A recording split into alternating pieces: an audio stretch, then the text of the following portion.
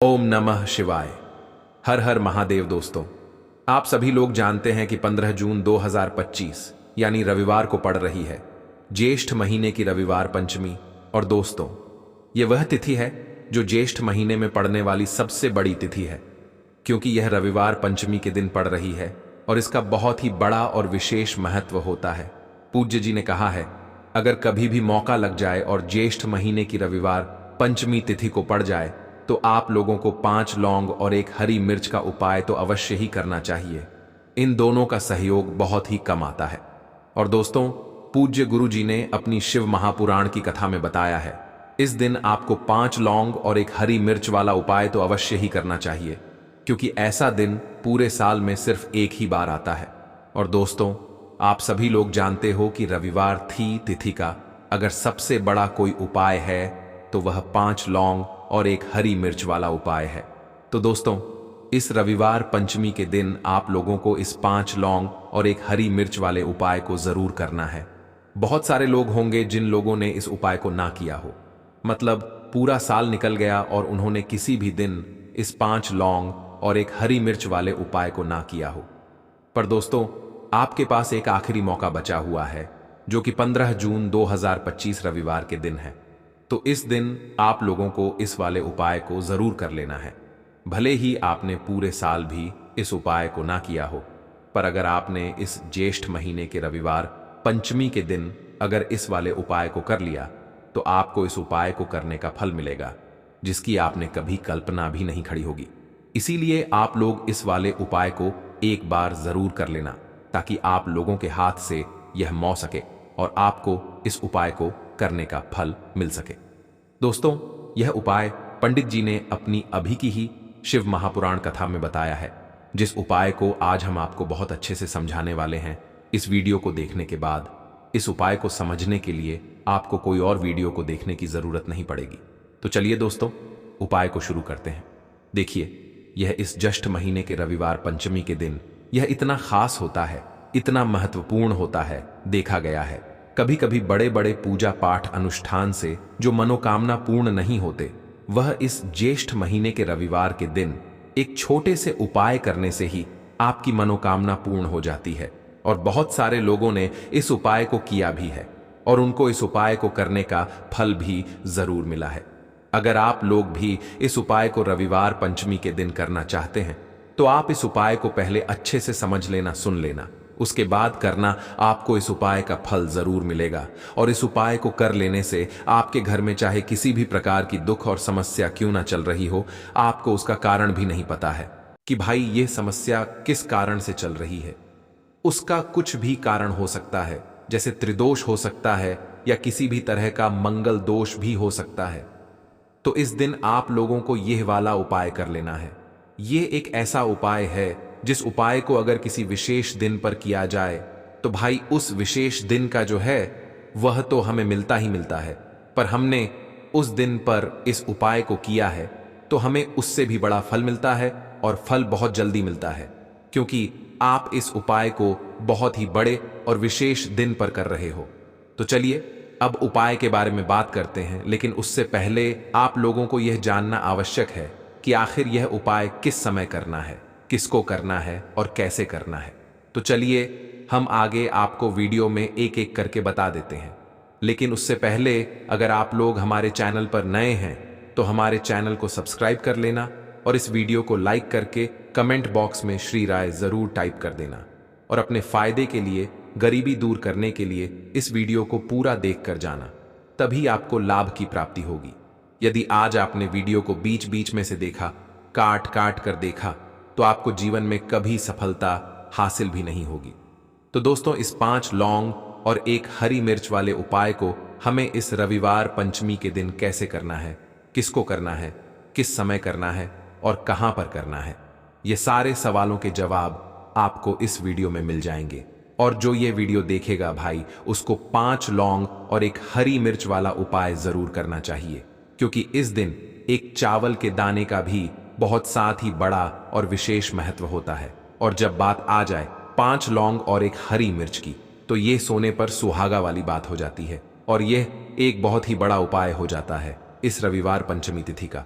तो आप दोस्तों इस 5 लौंग और एक हरी मिर्च वाले उपाय को आखिर करना किसको है, सबसे पहले हम लोग वह बात जान लेते हैं।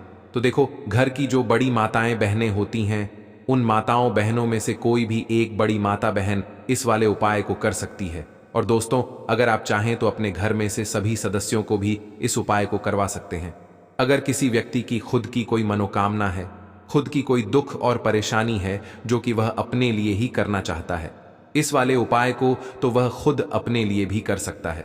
बाकी अगर कोई घर में से ऐसा है जो कि अपने पूरे घर परिवार की सुख और शांति के लिए यह वाला उपाय करना चाहता है, तो भाई वह भी कर सकता है, उसमें भी कोई दिक्कत वाली बात नहीं है। कहने का मतलब यह है कि इस उपाय को हर एक सदस्य नहीं कर सकता है, और पूरे घर परिवार के सदस्य के लिए घर की बड़ी माताओं बहनों में से माता बहन भी कर सकती है। माताएं बहनें अगर घर में उपस्थित ना हो या वह यह वाला उपाय ना कर पा रही हो, तो फिर घर का कोई बड़ा सदस्य भी इस 5 लौंग और एक हरी मिर्च वाले उपाय को कर सकता है, चाहे फिर वह पुरुष ही क्यों ना हो, उसमें कोई भी दिक्कत वाली बात नहीं है। दोस्तों, इस 5 लौंग और एक हरी मिर्च वाले उपाय को हमें करना कहां पर है? हमें इसे शिव जी के मंदिर में जाकर करना है। बहुत सारे लोग प्रश्न करते हैं, हर एक उपाय को करते समय क्या हम इस उपाय को घर पर कर सकते हैं? तो इस वाले उपाय को आप घर पर नहीं कर सकते हो। इस वाले उपाय को करने के लिए आपको शिव जी के मंदिर ही जाना पड़ी रहेगा। उसके बाद में दोस्तों, जो अगला प्रश्न निकल कर आता है वह यह आता है इस उपाय को लेकर कि आखिर इस उपाय को हमें किस समय करना है, सुबह के समय करना है कि शाम के समय करना है? तो देखो, इस वाले उपाय को आप लोग सुबह के समय भी कर सकते हो और शाम के समय प्रदोष काल में भी कर सकते हो। अब अगर आप पूछो कि भाई साहब सबसे उत्तम समय कौन सा रहेगा इस 5 लौंग और एक हरी मिर्च वाले उपाय को करने का, तो हम आपसे बस यही कहेंगे कि इस उपाय को आप सुबह के समय करेंगे तो ज्यादा बेहतर होगा। बाकी अगर प्रदोष काल शाम के समय भी करेंगे तो भी अच्छा होगा, उसमें कोई भी दिक्कत वाली बात नहीं है। तो आप दोस्तों, जो अगली सबसे बड़ी और महत्वपूर्ण बात आती है वह यह आती है कि सुबह अगर हम उपाय को करेंगे तो हमें कितने बजे से लेकर कितने बजे तक के बीच में करना है, और शाम के समय प्रदोष काल में करेंगे तो हमें कितने बजे से लेकर कितने बजे के बीच में करना है। तो देखो, सुबह जितनी जल्दी हो सके आप उपाय को करने की कोशिश करना। बाकी अगर किसी कारणवश लेट भी हो जाओ, थोड़ी देर भी हो जाए, तो 10 बजे से लेकर 10 बजे तक या 11 बजे तक भी आप उपाय कर लेना, पर 12 बजे से ज्यादा देरी ना हो, ठीक है? इस बात का ध्यान रखना। उसके बाद में दोस्तों, अगर शाम के समय प्रदोष काल की बात करें, प्रदोष काल का जो समय होता है वह शाम के 6 बजे से शुरू हो जाता है। मतलब शाम के 6 बजे से लेकर 7 बजे के बीच का जो समय होता है, यह समय प्रदोष काल का समय होता है। पर अभी जो मौसम चल रहा है, इस मौसम में जो है शाम बहुत देरी से होती है, तो आप इस उपाय को 7 या 8 बजे के बीच में भी कर सकते हो। मतलब शाम के 6 बजे से रात 8:30 के बीच में आप कभी भी इस वाले उपाय को कर सकते हो, उसमें कोई भी दिक्कत वाली बात नहीं है। देखिए, यदि हम किसी भी प्रकार के उपाय को निश्चित दिन और निश्चित तिथि पर करते हैं तो इसका हमें बहुत अधिक लाभ मिलता है, और इन उपायों को करने के बाद हमारे जीवन में बहुत अधिक परिवर्तन आता है। साथ ही साथ यह जो उपाय आपके जीवन की सारी परेशानियों को और सारी बाधाओं को दूर करने वाले हैं। देखिए दोस्तों, आज के इस पूरे ही वीडियो में हम आपको 3 चमत्कारकारी उपाय बताने वाले हैं, और यह तीनों ही उपाय बहुत ही खास और बहुत ही ज्यादा विशेष होने वाले हैं। तो चलिए दोस्तों, जान लेते हैं गुरुजी द्वारा बताए गए सबसे पहले उपाय के बारे में। तो शत्रुओं ने अगर आपको भी परेशान कर रखा है तो 5 लौंग मिर्च में गाड़कर बहुत ही छोटा सा आपको करना है। और ऐसा समझ लीजिए, जो आपके शत्रु हैं, जो आपके दुश्मन हैं, जो आज आपके पीछे हाथ धोकर पड़े हैं, हर तरफ से आपको परेशान कर रहे हैं, अब उनकी खैर नहीं समझ लीजिए।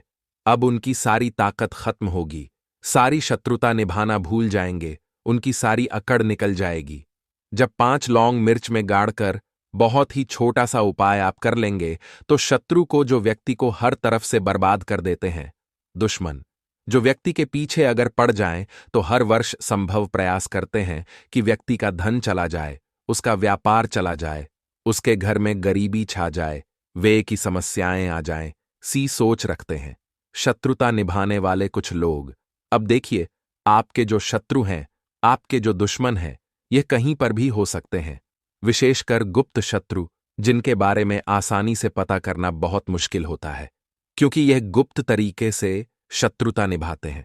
सामने तो बहुत अच्छे बने रहते हैं, लेकिन व्यक्ति की पीठ पीछे वार करते हैं, मतलब पीठ पीछे बहुत कुछ ऐसा करते हैं कि जो व्यक्ति है वह पूरी तरह से बर्बाद हो जाए, उसके धन की हानि होकर से जैसी समस्याएं आए, उसका व्यापार खराब हो जाए। तो यह जो गुप्त शत्रु हैं, ये सबसे खतरनाक है और इनसे बहुत ज्यादा बचने की आवश्यकता है। क्योंकि देखिए, अगर सामने से कोई आप पर वार करता है, आपको भला बुरा कहता है, हानि पहुंचाने की कोशिश कर रहा है, और आपको पता है कि यह व्यक्ति मेरा शत्रु है, रहना आप उसको अच्छे से जानते हैं, आप शायद बच जाएंगे। लेकिन गुप्त शत्रुओं से बचना बहुत मुश्किल होता है। अगर आपके जीवन में भी बहुत ज्यादा दुर्घटनाएं हो रही हैं, घर में लड़ाई झगड़ा बहुत रहता है, अचानक से आपके घर में जो बिजनेस है या जो नौकरी है वह चली गई, बिजनेस लॉस में जा रहा है, कारोबार आपका ठप पड़ रहा है, हो सकता है आपके शत्रु ने कुछ इसके पीछे किया कराया करवा दिया हो।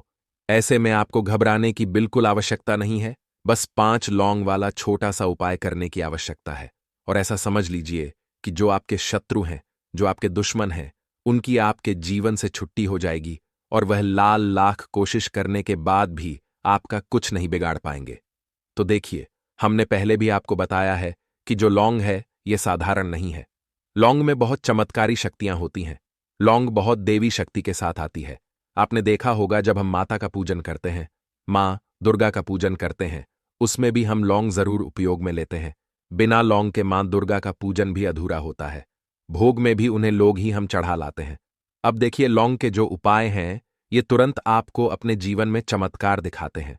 मतलब तुरंत इनका प्रभाव होता है और आपकी जो भी समस्याएं हैं, जैसे दुश्मन परेशान कर रहे हैं, शत्रु परेशान कर रहे हैं, वह तुरंत आपका पीछा छोड़ देते हैं, आपके जीवन से निकलकर बाहर हो जाते हैं। उस पर भी जो हरी मिर्च आपने ली है, ऐसा समझ लीजिए कि शत्रु पलट कर देखने की भी गलती आपको नहीं करेंगे। ऐसा अचूक उपाय है, गुप्त शत्रुओं के लिए भी है। और सामने से अगर आपके शत्रु आप पर वार कर रहे हैं, आपको हानि पहुंचाने की कोशिश कर रहे हैं, उनको भी जीवन से दूर करने के लिए आप इस उपाय को करें। इस उपाय को किसी भी दिन आप कर सकते हैं, स्त्री पुरुष महिला, कोई भी इस उपाय को कर सकता है। इसी के साथ अगर आपको ऐसा लगता है कि आपके घर पर किसी ने कुछ करा दिया, व्यापार को बंद दिया, आपके घर के किसी सदस्य को ऐसा कुछ करा दिया कि वह व्यक्ति जो है सफलता प्राप्त नहीं कर पा रहा है, बहुत मेहनत करने के बाद भी आपके घर का कोई सदस्य या आप खुद जीवन में बहुत पीछे हैं, वे मेहनत बहुत कर रहे हैं लेकिन उसका फल नहीं मिल पा रहा है, आपसे जो पीछे थे वह भी आगे निकल चुके, लेकिन आप वहीं पर अटके हुए हैं, तो इसके पीछे आपके दुश्मन, आपके शत्रु का हाथ हो सकता है। देखिए, ये जो समय है ना, इस कलयुग के समय में बहुत कम संख्या में ही आपको अच्छे लोग मिलेंगे जो आपकी प्रसन्नता से, आपकी सफलता से प्रसन्न रहेंगे। मतलब आप अगर जीवन में आगे आगे बढ़ रहे हैं, अच्छा व्यापार कर रहे हैं, या आपका जो व्यापार है जो बिजनेस है, उसमें अगर आपको लाभ हो रहा है, तो वह भी प्रसन्न रहेंगे। पर हर व्यक्ति की सोच एक सी नहीं होती और हर व्यक्ति अच्छा नहीं होता। कुछ लोग दूसरे के पैसे को देखकर, सफलता देखकर उनके मन में ईर्ष्या की भावना आने लगती है और वह मन ही मन चिढ़ने लगते हैं, और कभी कभी उनकी यह जो ईर्ष्या की भावना होती है यह शत्रुता में भी बदल जाती है और फिर वह शत्रुता निभाने लगते हैं। कैसे करके इस व्यक्ति को पीछे लाया जाए, इसे नीचे गिराया जाए, इसके धन की हानि की जाए, ऐसी सोच शत्रु रख लेते हैं। अब देखिए, चाहे आपके शत्रु कितने भी पावरफुल हो, कितनी भी ज्यादा उनके अंदर ताकत हो, या कितना भी बड़ा किया कराया उन्होंने, आपके व्यापार पर आपके ऊपर करवा रखा हो, घर के ऊपर करवा रखा हो, सभी कुछ दूर होगा जब आप एक हरी मिर्च और 5 लौंग वाला ये उपाय कर लेंगे। स्त्री पुरुष सभी इस उपाय को कर सकते हैं, किसी भी दिन कर सकते हैं। तो चलिए बात कर लेते हैं उपाय की। देखिए, सबसे पहले आपको एक हरी मिर्च यहां पर लेनी है। हरी मिर्च के डंठल वाली लेंगे, डंठल लगा हो ऐसी हरी मिर्च आपको लेनी है। ताजी हरी मिर्च हो, ताजी का मतलब है खराब मिर्च नहीं होनी चाहिए। तो आप इस उपाय को 7 या 8 बजे के बीच में भी कर सकते हो। मतलब शाम के 6 बजे से रात 8 बजे के बीच में आप कभी भी इस वाले उपाय को कर सकते हो। उसमें कोई भी दिक्कत वाली बात नहीं है। अब दोस्तों, यहां पर इस उपाय को लेकर एक और सबसे बड़ी बात यह निकल कर आती है कि इस 31 चावल के दानों को हमें लेना कहां से होता है और हमें इस उपाय को करने के साथ में क्या और कुछ भी सामग्री ऐसी होती है जो शिव जी के मंदिर लेकर जानी पंडित रहती है। तो देखो, यहां पर हम आपको बता दें, सबसे पहले आप लोग ये जान लो कि यह जो 31 चावल के दाने वाला उपाय है, सिर्फ और सिर्फ आप उपाय की सामग्री लेकर कभी भी शिव जी के मंदिर मत जाना, क्योंकि हमें भगवान के सामने यह नहीं दर्शाना है कि अगर हम भगवान शिव जी के मंदिर आए हैं तो अपने फायदे के लिए आए हैं। तो इसलिए जो भी पूजन सामग्री है, उपाय सामग्री है 31 चावल के दाने, इसके साथ में आपको पूजन सामग्री भी जरूर लेकर जाना है। देखो, अगर सुबह के समय उपाय कर रहे हो तो सीधी सी बात है, एक लोटा जल तो आप लेकर जाओगे ही जाओगे। वही एक लोटा जल अगर मिट्टी का जल हो तो बहुत अच्छा रहेगा। मिट्टी का जल कैसे बनाया जाता है, इसके लिए हमने पहले से बहुत सारी वीडियोस बना दी हैं आपके पास। इस दिन एक आखिरी मौका रहेगा मिट्टी का जल शिव जी पर चढ़ाने का और उपाय को करने का, बहुत बड़ा आपको इस दिन फल मिलेगा। तो इसीलिए इस दिन हो सके तो भाई मिट्टी का जल चढ़ाना, तो अपने साथ में कम से कम एक लोटा जल तो आपको लेकर जाना ही जाना है। अगर मिट्टी का जल नहीं है तो घर का जल भी आप इस्तेमाल कर सकते हो। इसके अलावा जो भी पूजन सामग्री है, देखो 31 चावल के दाने यह अलग आपके रहेंगे और जो आपकी पूजन सामग्री रहेगी वह अलग रहेगी। पूजन सामग्री में आप जो भी चीज लेकर जाना चाहे वह लेकर जा सकते हैं। एक बेलपत्र भी लेकर जा सकते हैं, उसमें कोई भी दिक्कत वाली बात नहीं है। वहीं अगर हम बात करें शाम के समय की, तो शाम के समय शिव जी पर जल नहीं चढ़ता है, इसीलिए शाम के समय आप लोग एक दीपक तैयार कर लें, जो कि गोलबत्ती का आटे का शुद्ध देसी गाय का घी का होगा, है ना। इस बात का आप लोगों को ध्यान रखना है। और इस दीपक को आपको घर से जलाकर नहीं लेकर जाना है, भगवान शिव जी के मंदिर में जाकर ही जलाना है। इस बात का भी आप लोगों को ध्यान रखना है। अब दोस्तों, यहां पर हमें इस बात को समझना है कि ये 31 चावल के दाने हमें लेना कहां से है। क्या हमें दुकान से लेकर आना है या हमें अपने घर से लेना है, या कहां से लेकर आना है और कौन से चावल लेना है, क्योंकि चावल भी बहुत प्रकार के होते हैं। तो देखो, इन सभी सवालों के जवाब आप लोग एक बात में सुन लो कि भाई ये जो उपाय है, इस उपाय में आपको यह नहीं देखना है कि भाई कौन से चावल है कौन से चावल नहीं है। बस जो भी चावल ले रहे हो वह चावल का दाना सबूत होना चाहिए, मतलब साबुत होना चाहिए, टूटा हुआ नहीं होना चाहिए, कटा पिटा नहीं होना चाहिए। यह बात आपको ध्यान रखना है। बाकी आपका चावल बासमती हो या सादा चावल हो या कोई सा भी चावल हो, उसमें कोई भी दिक्कत वाली बात नहीं है। तो सीधी सी बात है कि आपके घर के रसोई घर में जहां पर आप भोजन बनाते हो, वहां पर जो भी चावल आपके उपस्थित हो, उन चावलों में से अपनी एक कटोरी भर लेना या एक मुट्ठी चावल अलग से निकाल कर रख लेना, क्योंकि हम 21 चावल ही यहां पर इस उपाय में लेने वाले हैं। तो हमें यह चावल के दाने गिनकर निकालने पर डीढ़ेंगे। इस बात का आप लोगों को ध्यान रखना है। तो अपने उस चावल की कटोरी में से या चावल में से 31 ऐसे चावल के दाने आप लोग निकाल लो जो कि टूटे हुए ना हो, कटे पिटे ना हो, जिनमें कोई दाग ना लगा हुआ हो, है ना। अच्छे साबुत चावल के दाने 31 दाने आप लोग निकाल कर रख लो। किसी भी एक कागज की पू में या किसी एक छोटी सी कटोरी में आप लोग रख लो, ताकि यह सुरक्षित रहे। आपके एक भी चावल का दाना इधर उधर ना हो और आपका उपाय भी पूरा अच्छे से हो जाए। तो भाई, जैसे ही आपका उपाय की जो सामग्री है 31 चावल के दाने ये तैयार हो जाते हैं, उसके बाद मैं आपको जो भी अपनी पूजन सामग्री है सुबह के समय कर रहे हो, तो एक लोटा जल और एक बेल पत्र या पूजन सामग्री जो लेकर जाना चाहो उसकी भी तैयारी कर लेना। और शाम के समय जा रहे हो तो भाई अपना जो दीपक है उसे तैयार कर लेना, ठीक है। और उपाय को करते समय शुद्धता का विशेष रूप से ध्यान रखना, ठीक है। सुबह सुबह स्नान करने के बाद ही उपाय को करने की आप लोग तैयारी करना। उसके बाद अगर शाम के समय की बात करें तो शाम के समय आपको स्नान करने की जरूरत नहीं है, पर शुद्धता का ध्यान रखना है। आपको स्नान तो नहीं करेंगे, आप हाथ मुंह धोकर भी इस वाले उपाय को शाम के समय प्रदोष काल में कर सकते हैं। इसमें कोई दिक्कत वाली बात नहीं है। तो आप अपने उपाय की पूरी सामग्री तैयार करके आपके पास ही में जो आपका शिव मंदिर हो वहां पर पहुंच जाइए। सबसे पहले शिव मंदिर में जाकर आप लोगों को उपाय नहीं करना है। पहले भगवान के दर्शन करना है, भगवान से आशीर्वाद प्राप्त करना है। फिर शिव जी की शिवलिंग के पास में आना है। शिवलिंग के पास में आने के बाद आप जो पूजन सामग्री लेकर आए हुए हैं, जैसे कि सुबह गए हुए होंगे तो एक लोटा जल और जो भी पूजन सामग्री लेकर आए हैं आप उनसे भगवान शिव जी की पूजन कीजिए। सबसे पहले तो एक लोटा जल ही चढ़ेगा। फिर आपको एक बेलपत्र श्री शिवाय नमस्तुभ्यम का जाप करते हुए शिवलिंग पर चढ़ा देना है। उसके बाद में आपकी पूजन सामग्री चढ़ेगी। उसके बाद में अगर दोस्तों शाम के समय अगर आप इस उपाय को कर रहे हो तो अपने साथ में कम से कम एक जो दीपक है गोल बाती का, जो आप अपने साथ में लेकर गए हो, उस दीपक को मंदिर में जाकर अपनी माचिस से जलाना है और उस दीपक को शिवलिंग के पास में रखना है। ठीक है, इस दीपक को रखने के बाद ही आप लोगों को अपना यह वाला उपाय शुरू करना है और दीपक को ज्यादा पास में मत रखना। वैसे भी गर्मी पड़ रही है, भगवान शिव जी को आंच नहीं लगनी चाहिए, है ना। तो भाई जैसे ही आपकी पूजा अर्चना हो जाती है आप भगवान शिव जी को प्रसन्न कर लेते हैं। उसके बाद में शिवलिंग के पास ही में आप कहीं पर बैठ जाइए, सामने या आसपास जिस जगह पर आपको बैठना हो वहां पर बैठ जाइए और अपने वह 31 चावल के दाने अपने सामने निकाल कर रख लीजिए, क्योंकि अब यहां पर उपाय को यहां पर करने की आपको तैयारी करना है। और इस तरीके से जब आप उपाय करेंगे, पूजन सामग्री करने के बाद, पूजन अर्चना करने के बाद, तो आपको उपाय का फल बहुत जल्दी और बहुत बढ़ा होकर मिलेगा। तो अपने 31 चावल के दाने अपने सामने निकाल कर रख लेना।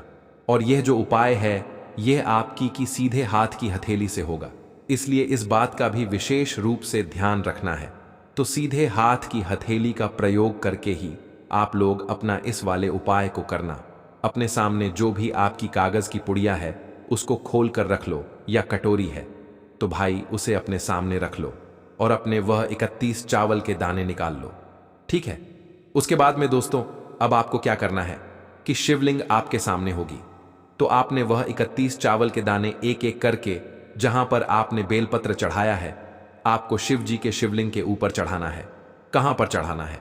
शिवलिंग के ऊपर चढ़ाना है और कहीं पर भी नहीं चढ़ाना है, आपको अपने हथेली से तो शिवलिंग के ऊपर चढ़ाना है। भले ही फिर वह अपने आप जलाधारी पर गिर जाए, या मतलब वहीं पर गिर जाए, उसमें कोई दिक्कत वाली बात नहीं है, पर आप चढ़ाओ शिवलिंग के ऊपर ही। तो आपको क्या करना है, अपना पहला चावल का दाना उठाना है, श्री शिवाय नमस्तुभ्यम बोलना है और शिवलिंग पर चढ़ा देना है। इसी तरीके से दूसरा चावल का दाना उठा है, शिवलिंग पर चढ़ाना है और मंत्र बोल देना है। और फिर तीसरा चावल का दाना उठाना है, श्री शिवाय नमस्तुभ्यम बोलना है और चढ़ा देना है। इसी प्रकार से आपको पूरे 31 चावल के दाने एक एक करके शिव जी के शिवलिंग के ऊपर चढ़ाना है और भगवान से प्रार्थना करते जाना है।